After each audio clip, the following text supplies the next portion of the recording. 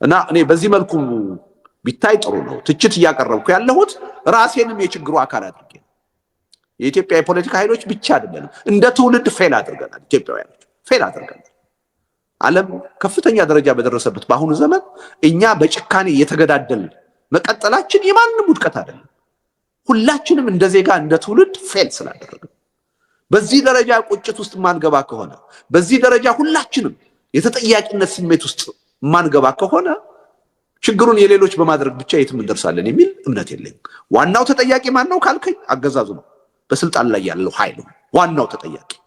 ቀጥሎ ግን ተጠያቂው ተቃዋሚ ኮራ ነው። ከዛ ቀጥሎ ደግሞ የነዚህ ሁለቱም ያገዛዙም የተቃዋሚዎችም ምንጭ የሆነው ህዝብ ደግሞ የራሱ የተጠያቂነት ድርሻ አለ።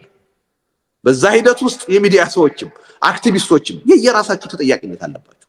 የኢትዮጵያ ፖለቲካ አሁን ያለውን አስቀያሚ ገጽታ እንዲይዝ ፖለቲከኞች ብቻ አይደለንም፣ አክቲቪስቶችም ጋዜጠኞችም ድርሻ አለ። በዛ ደረጃ መቀበል አለብን። በዚህ ደረጃ ሀቁን መቀበል የማንችል ከሆነ ጣት በመጠንቆል የትም እንደርሳለን የሚል እምነት የለኝም እና በዚህ ደረጃ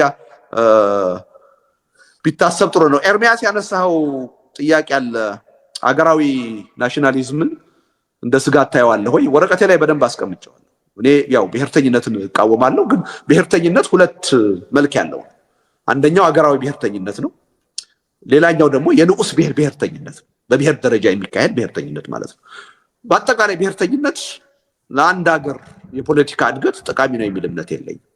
ለምሳሌ በንጉሱ ጊዜ በደርግ ጊዜ የነበሩ የኢትዮጵያ ብሔርተኝነት አስተሳሰቦች የራሳቸው የሆነ ጉዳት አላቸው የሚል እምነት አለ። ለምን? ለውስጥ ልዩነት ለብዙሃነት ተገቢ ትኩረት የሚሰጡ አልነበር። ኢትዮጵያ ውስጥ ውስጣዊ ቅራኔዎች ሲፈጠሩ እነዛን ጥያቄዎች በተገቢው ጊዜና ሁኔታ የመፍታት ባህል አልነበረም። ሁሉ ነገር ከአንድነት ጋር ብቻ ተያይዞ ነበር የሚታይ እና ውስጣዊ ቅራኔ ሲፈጠር ቅራኔውን እንደ አገር አፍራሽነት በማየት መደፈቅ ነው የሚፈለገው እና የዛ አይነት ናሽናሊዝም ጉዳት አለ የሚል እምነት አለ። ሌላው ደግሞ የሀገሪቱን አንድነት ትኩረት ሳይሰጡ በልዩነት ጉዳይ ብቻ ትኩረት የመስጠት የንዑስ ብሔርተኝነት ደግሞ በጣም መሰረታዊ ችግር አለው የሚል እምነት አለ። እነዚህ ሁለት አስተሳሰቦች ኢትዮጵያ ውስጥ አሉ። ሁለቱም የየራሳቸው ድክመት አላቸው የሚል እምነት አለኝና እንደ ችግር ነው የማያቸው። ስለዚህ እኔ አገራዊ ብሔርተኝነትና አገር ወዳድነትን ለይቼ ነው የማየው፣ ወይም በእንግሊዘኛው ናሽናሊዝም እና ፓትሪዮቲዝም የሚባለው። ለእኔ አገር ወዳድነት ፓትሪዮቲዝም ነው። ናሽናሊዝም ከጥቅሙ ጉዳቱ ነው የሚያመዝነው። ይሄ ተራ የሆነ የዲክሽነሪ ትርጉም ማንም ሰው ሰርች አድርጎ ማየት ይቻላል። እርግጥ ነው ናሽናሊዝም ደግሞ በሁሉም መስክ ጉዳት አለው ማለት አይደለም። ለምሳሌ በአገር ደረጃ ሲቀነቀን ራስን ከቅኝ ግዛት ነፃ ለማውጣት ከውጭ ጠላት ወይም ወራሪ ራስን ለመከላከል ለመሳሰሉት ነገሮች ጥቅም አለ። ውስጣዊ ፖለቲካን በሚመለከት ግን ከጥቅሙ ይልቅ ጉዳቱ ነው የሚመስለው። ስለዚህ ይሄ የናሽናሊዝም ስሜት ውስጥ ወጣ ብለን አገርንም ብሔርንም ወይም የብሔር ማንነትን በወጉና በልኩ መውደድ መቻል አለብን የሚል እምነት አለ። ስለዚህ በጣም ጽንፈኛ የሆነ ይሄ ሁሉን ነገር ከአንድነት ብቻ እያይዞና ውስጣዊ ልዩነትን የመርሳት ጉዳይ አይጠቅመንም የሚል እምነት አለ። ሁሉን ነገር ደግሞ ከውስጣዊ ልዩነት ብቻ አንጻር እያዩ የሀገር አንድነትን የህዝብ አብሮነትን ደግሞ መርሳትም ችግር አለው የሚል እምነት አለ። ስለዚህ ከኢትዮጵያ የፖለቲካ ኃይሎች አሁን የሚጠበቀው መፍትሄ በዋናነት እነዚህን ሁለት ቅራኔዎች ሊያስታርቅ የሚችል አዲስ ቀመር አማካኝ ቀመር መፍጠር ነው የሚል እምነት አለ። ስለዚህ ናሽናሊዝም በየትኛውም ደረጃ በሀገርም ደረጃ በብሔርም ደረጃ ጉዳት አለ፣ ከጥቅሙ ይልቅ ጉዳቱ ያመዝናል የሚል እምነት ነው ያለ። ይሄ ማለት ግን ናሽናሊዝምን በአንድ ጊዜ ከኢትዮጵያ የፖለቲካ ምህዳር አሁን ማስወገድ እንችላለን ማለት አይደለም። እንደዛ ማድረግ የማይቻልበት ሁኔታ ተፈጥሯል። ስለዚህ ለምሳሌ አሁን የብሔር ፖለቲካ የናሽናሊዝም ፖለቲካ ነው፣ በህግ ከኢትዮጵያ ይፋቅ የሚል እምነት የለኝም። ተወደደም ተጠላም የሀገሪቱ ሪያሊቲ ሆኗል። በሂደት ነው ያ ነገር ሊቀየር የሚችለው የሚል እምነት አለ። ስለዚህ በአንድ በኩል ከባህል ከማንነት ጋር የተያያዙ ከሃይማኖት ጋር የተያያዙ የመብት ጥያቄዎችን በአግባቡ ሊያስተናግድ የሚችል ሁኔታ መፈጠር አለበት። በሌላ በኩል ደግሞ የሀገሪቱንና የህዝቡን አንድነት ትስስር ምሉዕ አድርጎ የሚያስቀጥል የፖለቲካ ሁኔታ ኢትዮጵያ ውስጥ መኖር አለበት። ሁለቱን ሊያስታርቅ የሚችል አማካኝ መፍትሄ ነው መቀመር ያለብን የሚል እምነት ነው ያለኝ። በአብዛኛው ምጽፋቸው ነገሮች ከዚህ አስተሳሰብ ጋራ የተጣጣሙ እንዲሆኑ ነው ለማድረግ በኔ በኩል ጥረት ማድረግ። አሁን የጀመርኩት አይደለም። ከ15 ከ20 ዓመት በፊት ጀምሮ ስጽፋቸው የነበሩ ነገሮች እነዚህን ሁለት ቅራኔዎች ሊያስታርቁ የሚችሉ ምን ቀመር አለን፣ ምን መፍትሄ አለን የሚለው ላይ የሚያተኩሩ ናቸውና በዛ መልኩ ነው የማየውና በትክክል እንዳስቀመጥከው እኔ ለያይቼ ነው የማየው ማለት ነው። መጨረሻ ላይ ያቀረብኩት ጥያቄ ዋናው ስጋት ማን ነው የሚለው ለኔ በግልጽ ላንተም ነግሬሃለሁ። ዋናው ስጋቴ መንግስት ነው። ለምን? መንግስት ሁለት ኃላፊነት አለበት። አንደኛ እኔን እንደ ስጋት ቆጥሮ ሊያስረኝ ሊገለኝ አይገባም የሚል እምነት አለ። እኔ ሰላማዊ ታጋይ ነኝ፣ ህጋዊ ታጋይ ነኝ። እኔን እንደዛ ማድረግ አፋኝነት ነው፣ ተገቢ አይደለም የሚል እምነት አለ። መንግስት ግን በባህሪው ይሄን የማድረግ ስራ ውስጥ ሊገባ እንደሚችል ተጨባጭ የሆነ ስጋት አለ። ሌሎችን በማየት አይደለም፣ በራሴ የደረሰ ነገር ነው። ከመውጣቴ በፊት ያለምንም አሳማኝ ምክንያት 5 ወር ታስሬያለሁ። ከውጭ ከሀገር እንዳልወጣ ተከልክያለሁ። ብዙ ጫና ደርሶብኛል። በሌሎች አይቼ የምመሰክረው ነገር አይደለም፣ በራሴ በተጨባጭ የደረሰ ነገር። ስለዚህ አንዱ ትልቁ ስጋቴ፣ የመጀመሪያው ስጋቴ መንግስት ነው። እኔም ብቻ አይደለም፣ ሌሎች በፖለቲካ አመለካከቶች ሲገደሉ አይተናል፣ ሲታሰሩ አይተናል። መንግስት ትልቅ ስጋት ነው። ይሄ ደግሞ የሀገር ውስጥ ብቻ አይደለም፣ የውጭ የሰብአዊ መብት ተከራካሪ ድርጅቶች፣ ተቋማት፣ መንግስታት ሁሉ በተለያዩ ሪፖርቶች አካተው ያቀረቡት። ሌላው ቀርቶ የኢትዮጵያ መንግስት በበጀቱ የሚያስተዳድረው ያቋቋመው የኢትዮጵያ ሰብአዊ መብት ኮሚሽን ራሱ ያረጋገጠው ነገር እና ዋናው ስጋቴ የሚመጣው ከመንግስት ነው። ሁለተኛውም ስጋት በዋናነት ከመንግስት የሚጠበቀው ምንድን ነው? ሌሎች በኔ ላይ ጥቃት ሊያደርሱ የሚችሉ ኃይሎች ሊኖሩ ይችላል። ከጠባብ የፖለቲካ አመለካከት በመነጭ ሰላማዊ ትግል ለምሳሌ ይጎዳናል ብለው የሚያስቡ ኃይሎች እኔን ለማጥቃት ሊሞክሩ ይችላል። በሐሳብ ደረጃ ይሄን ሐሳባቸውን ሲያራምዱ ሰምቻለሁ። ለምሳሌ እስከ 7 ዘር ማንዘሩ ድረስ መጥፋት አለበት የሚል አጀንዳ ያላቸው ኃይሎች እንዳሉ አውቃለሁ። እነዚህ ሰፊ ተቀባይነት በህዝብ ውስጥ አላቸው ብዬ አላምንም። የጥቂቶች አመለካከት ነው ብዬ አምናለሁ። እንደዚህ ብለው እዚህ ዋሽንግተን ሆነው የተናገሩ ሰዎች እንዳሉ አምናለሁ። ይሄ አስተሳሰብ ግን የኦላ የቲፒኤልኤፍ ወይም ደግሞ የፋኖ አመለካከት ነው ብዬ አላምንም። የጥቂት ግለሰቦች ናቸው። ይሄን አስተሳሰብ የገዙ ሰዎች በእኔ ላይ ችግር አይፈጥሩም የሚል ሞኝነት የለኝም። ሊፈጥሩ ይችላሉ፣ እንደ አንድ ስጋት ላያቸው ይችላል። ነገር ግን ከእንደዚህ አይነት ኃይሎችም የኔን ደህንነት የማስጠበቅ ኃላፊነት አሁንም የመንግስት ነው። መንግስት ነኝ እስካለ ድረስ እኔ አንድ ታዋቂ የፖለቲካ ሰው ነኝ። ህገወጥ በሆነ ሁኔታ በአካሌ ላይ በህይወቴ ላይ ችግር እንዳይደርስ እኔን የመጠበቅ ግዴታ ሁሉ መንግስት አለበት። መንግስት የሚጠየቀው ራሱ በማሰሩና በመግደሉ ብቻ ነው። የዜጎችን፣ የፖለቲካ ኃይሎችን፣ የጋዜጠኞችን ደህንነት ሌሎች እንዲጥሱትም ከተደረገ መንግስት ተጠያቂ ነው። ከዛ ሊያመልጥ አይችልም። ስለዚህ የመንግስት ተጠያቂነት ድርብ ነው፣ ቀዳሚ ነው። ይሄ ማለት ግን ሌሎች ኃይሎች ችግር አይፈጥሩም ብሎ መደምደም አይደለም። ሊኖሩ ይችላሉ። ግን ከነዛ ኃይሎች ጥቃትም መዳን የሚቻለው ህግና ስርዓትን ሊያስከብር የሚችል መንግስት ሲኖር እና የመንግስትን ተጠያቂነት ከዚህ ጋር አያይዘን ማየት አለብን ብዬ አምናለሁ። ምናልባት ያልመለስኩት ነገር ያለ አልመሰለኝም። አሁን ሁሉንም የዳሰስኩ መሰለኝ። የፖለቲካል ኮንስቲትዩንት ማን ነው የሚለው ጥያቄ በጣም ይቅርታ፣ እውነት ነው። በጣም ደግሞ ወሳኝ ጥያቄ ነው። አንዱ ጥያቄ ይሄ ነው። በእኔ እምነት አሁን ቅድም እንዳልኩት በፖለቲካ መድረኩ ተቀባይነት ያለው አሁን ትጥቅ ትግል ነው፣ ብሔርተኝነት ነው። ይሄ ማለት በህዝቡ ውስጥ ተቀባይነት ያለው ብሔርተኝነት ነው እያልኩ አይደለም። በፖለቲካ መድረኩ በፖለቲካ ተዋናኞቹ ህዝቡ ውስጥ ነፃና ፍትሃዊ የሆነ የፖለቲካ ስርዓት መጥቶ አሁን እንወዳደር ቢባል ብሔርተኛ ከሆነው ኃይል በላይ በዜግነት ፖለቲካ በአንድነት ፖለቲካ የሚያምነው የህብረተሰብ ክፍል በእኔ እምነት ስቲል ማጆሪቲ ነው የሚል እምነት ነው ያለው። ለዚህ በጣም ተጨባጭ ምሳሌዎች ማቅረብ ይቻላል። 27 ዓመት ሙሉ የብሔር ፖለቲካ ሲቀሰቀስ ሲቀነቀን በኖረበት አገር 2010 ላይ ዶክተር አብይ ወደ ስልጣን ሲመጡ ጠቅላይ ሚኒስትር ሆነው ሲመረጡ ከተመረጡ በኋላ የአንድነት አጀንዳ ሲያቀነቅኑ የኢትዮጵያ ህዝብ ከጫፍ ጫፍ ወጥቶ የደገፋቸው ያለ ምክንያት ከከተማ እስከ ገጠር ዶክተር አብይ ኦሮሞ ስለሆኑ አይደለም ከጫፍ ጫፍ የተደገፉት ወይም የቀድሞ የኢህአዴግ አባል ስለሆኑ አይደለም ወይ ፕሮቴስታንት ስለሆኑ አይደለም ወይ ስማቸው ውስጥ የሙስሊም ስም ስላለ አይደለም የኢትዮጵያ ህዝብ ተጠምቶት የነበረውን ርቆት የነበረውን የአንድነት አጀንዳ ሲያቀነቅኑ በመደመጣቸው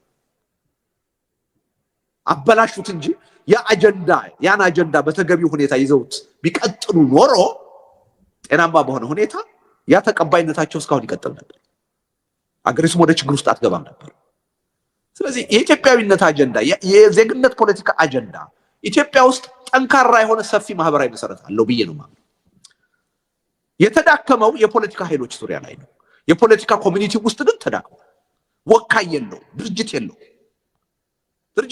ያው ህዝብን ሞቢላይዝ ለማድረግ ከዜግነት ፖለቲካ ይልቅ የብሔር ፖለቲካ ቀላል አቋራጭ በቀላሉ ህዝብን ልታነሳሳበት ትችላለህ ከሃይማኖት ቀጥሎ ህዝብን ማነሳሳት የሚቻለው በብሔር ማንነት ስለዚህ በዛ ምክንያት በአብዛኛው ህዝብ ዘንድ ተቀባይነት አግኝቷል በፖለቲካ ኤሊቱ በፖለቲካ ኮሚኒቲ ህዝቡ ውስጥ በተጨባጭ ከገባን ግን የኢትዮጵያዊነት አጀንዳ የዜግነት ፖለቲካ አሁንም ሰፊ መሰረት ነው የሚል እምነት አለ ለምሳሌ የአማራን ህዝብ ብንወስድ አዲሱን ብሔርተኝነት የአማራ ብሔርተኝነት የተቀበላለ የቀድሞውን የኢትዮጵያ ማንነት ይዞ ይቀጥላል ቀላል የማይባል ማህበራዊ መሰረት አማራ ክልል ውስጥ አለን ብዬ አምናለሁ በኢትዮጵያ አንድነት ወይም በዜግነት ምናምን የፖለቲካ ኃይሎች ደቡብ ውስጥ ስንሄድ አብዛኛው የደቡብ ህዝብ ለብሔር መብቶች መከበር ቀናይ ነው እንዲከበሩ ይፈልጋል በዛው መጠን ደግሞ የአንድነት ኃይል ይሄን በኢዴፓ ኤክስፒሪየንስ በደንብ ማቀው ነገር ነው አሁን ኢዴፓ ፓርቲያችን 46% አባሎቻችን ከደቡብ ነው የተገኙት ለምን የደቡብ ህዝብ ዋና የዜግነት ፖለቲካ የአንድነት ፖለቲካ ማህበራዊ መሰረት በቀድሞ ስርዓቶች በቢሮክራሲ ውስጥ በሚሊተሪ ውስጥ ተሳታፊ የነበሩ አብዛኛዎቹ ሰዎች የኢትዮጵያዊነትን አጀንዳ ይገዛሉ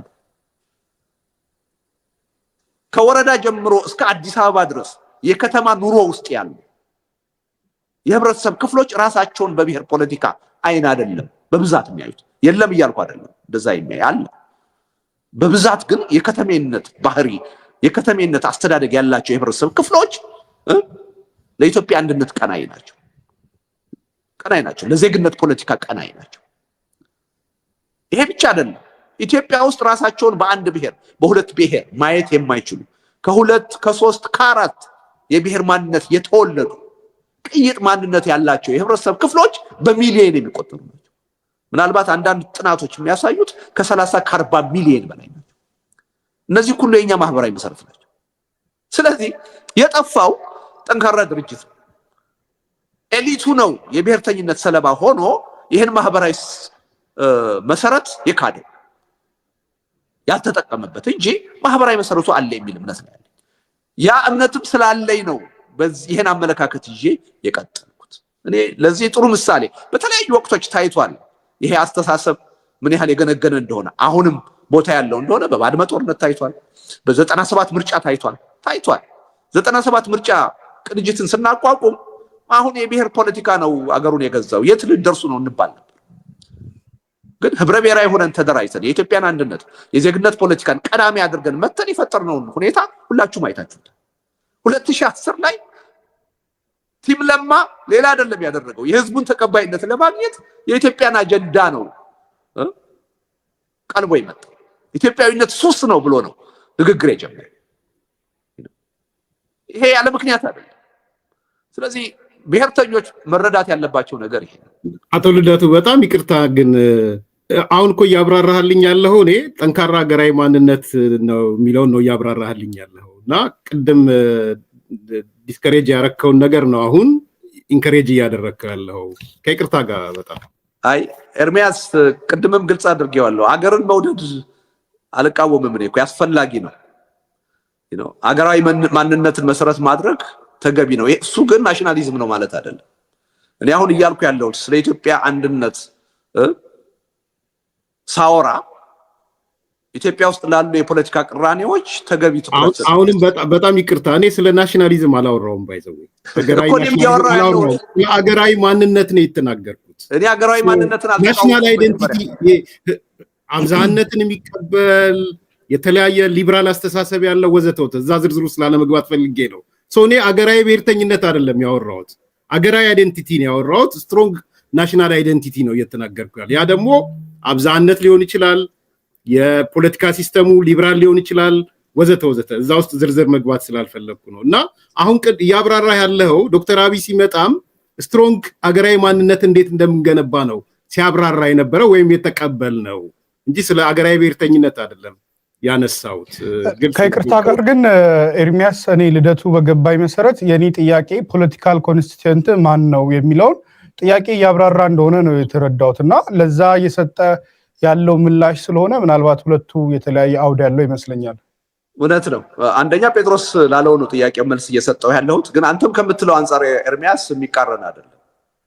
እኔ ብሔርተኝነትን የተቃወምኩት እንጂ ሀገር መውደድን አይደለም ሀገራዊ ማንነትን አይደለም ራሴን ማየው ከፖለቲካ አንፃር የኢትዮጵያዊ ማንነት አለ ብዬ ነው ማምነው ከብሔር በላይ ራሴን የምገልጸው በኢትዮጵያ ማንነት በኢትዮጵያዊ ማንነት በዜግነት ነው የምገልጸው ይሄን እያልኩ ልቃወም አልችልም ዶክተር አብይም ሲመጡ ያቀነቅኑት የነበረው የኢትዮጵያዊነት ታቻለን የማንነት ጥያቄ የሚጨፈልቅ አልነበረም ያኔ እኮ ራሳቸው ኦህዴድ ነው የነበሩት አይደል እንዴ ተዋህደው ብልጽግናንም አልፈጠሩም ነበር በዛ ሁኔታ ነው የብሔር ድርጅት ውስጥ እንኳን ሆነው ኢትዮጵያዊነትን ሲያቀነቅኑ ነው ድጋፍ ያገኙት እሱን ታሳቢ ማድረግ ያስፈልጋልና ሁለቱን እንዳናጣርዛቸው መጠንቀቅ ያስፈልጋል አገር መውደድ ወይም ፓትሪዮቲዝም መደገፍ ያለበትም አስፈላጊ ነው ናሽናሊዝም ሲሆን ነው ይሄ የኛና የነሱ የሚል ፖለቲካ የሚያመጣ የኔ ብቻ የሚል ፖለቲካ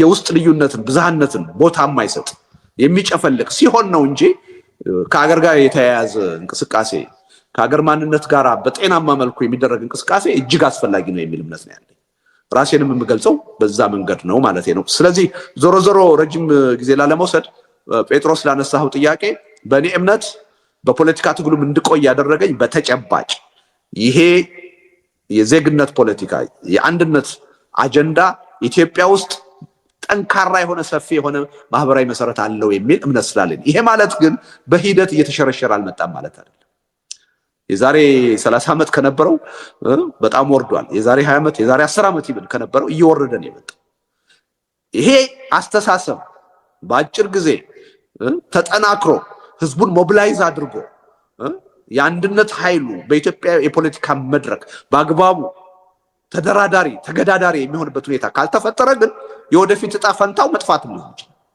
ይሄን ታሳቢ ሁሉ ጊዜ we cannot take it for granted ሁሉ ጊዜ እንደዚህ ሆኖ አይቀጥልም በየጊዜው እየተሸረሸረ ነው የሚሄደው ይሄን ታሳቢ ማድረግ ያስፈልጋል አሁን ባለው ተጨባጭ ሁኔታ በእኔ እምነት የፖለቲካ ምህዳሩ ነፃ ቢሆን በብሔርተኞችና በኢትዮጵያዊ አመለካከት ወይም በዜግነት ፖለቲካ መካከል የምርጫ ፉክክር ቢካሄድ ማጆሪቲ እናሸንፋለን የሚል እምነት ነው ይሄን ዝም ብዬ በሐሳብ ማነሳው ነገር አይደለም መሬት ላይ በተጨባጭም ያየነው ነገር ስለሆነ ከሱ አንፃር ብታየው ጥሩ ነው አይ ቲንክ ወደ ሶስተኛው ዙር እንሂድ ጥያቄ ያልተመለሰች ጥያቄ አለችኝ ምንድን ነበር ይቅርታ ታላችሁ ይሄን የሽግግር ሰላማዊ